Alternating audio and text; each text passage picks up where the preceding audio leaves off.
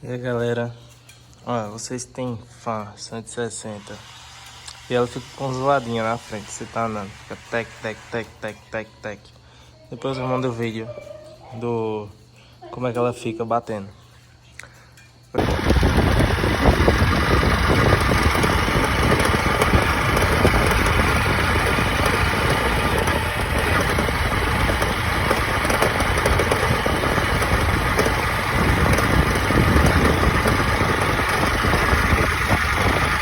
Eu já fiz toda a coisa aqui e o que fazia zoada, esse parafuso aqui, ó, do mata-cachorro.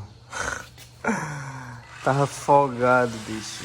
Olha, uma zoada chata. Eu pensava que era caixa de direção, mas não era. A febre do rato desse parafuso. Aí, como sempre, né? A Honda não coloca chave 13. A pessoa tem que arrumar uma chave 13. Duas, no caso. Porque uma você segura aqui e a outra pessoa aperta lá, do outro lado. Aqui. A outra você aperta aqui. Aí dá uma arrochada e sai pra fazer o teste. E é isso.